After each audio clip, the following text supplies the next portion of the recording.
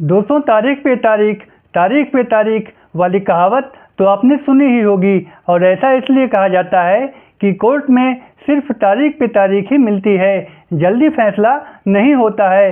क्योंकि आज भी कई सारे मुकदमे ऐसे लंबित हैं जो कि 20-20 सालों से चल रहे हैं और आज तक उसमें फैसला नहीं आ पाया है। नमस्कार दोस्तों, मैं हूं आपका एडवोकेट विवेक पांडे और आप देख रहे हैं आपका अपना चैनल लीगल पोजर। दोस्तों, केसों के लंबा खिंचने पर और जल्दी फैसला न आने के कारण लोगों को न्याय पर से विश्वास उठ जाता है।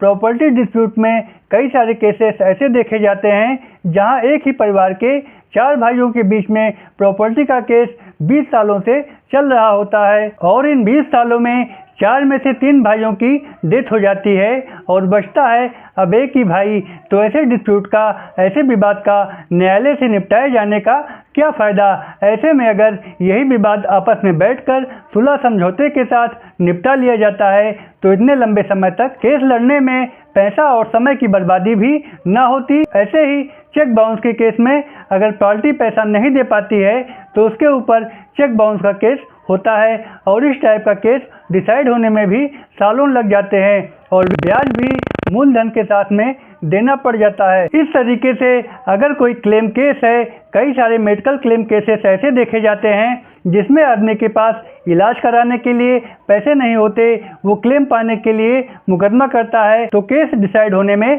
सालों के सालों लग जाते हैं। अब ऐसे में वो बीमार व्यक्ति कहाँ से अपना इलाज कराएगा।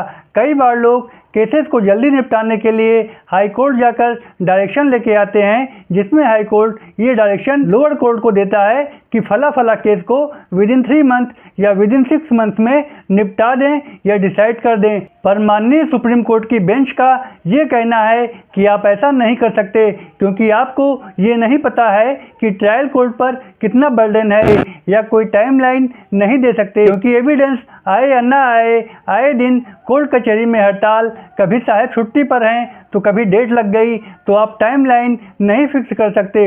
दोस्तों, कई सारे केसेस ऐसे होते हैं जिनका जल्द से जल्द डिसाइड होना बहुत ही ज़रूरी होता है और कई सारे सेंसिटिव मामले ऐसे भी हैं जिनका निस्तारण जल्द से जल्द होना ही चाहिए क्योंकि अगर समय रहते न्याय न मिल पाया जिसके कारण आपका बहुत बड़ा नुकसान हो गया हो तो ऐसे न्याय से फ़ायदा ही क्या है। और सुप्रीम कोर्ट का ये कहना कि कोई टाइमलाइन फिक्स नहीं कर सकते क्योंकि कई सारी परिस्थितियां ऐसी भी हो सकती हैं जिसको नज़रअंदाज नहीं किया जा सकता और समय सीमा तय करने का कार्य सरकार का है। तो ऐसे में आप लोगों की क्या राय है हमें कमेंट करके ज़रूर बताएं। साथ ही वीडियो को एक लाइक करके चैनल को सब्सक्राइब कर दें।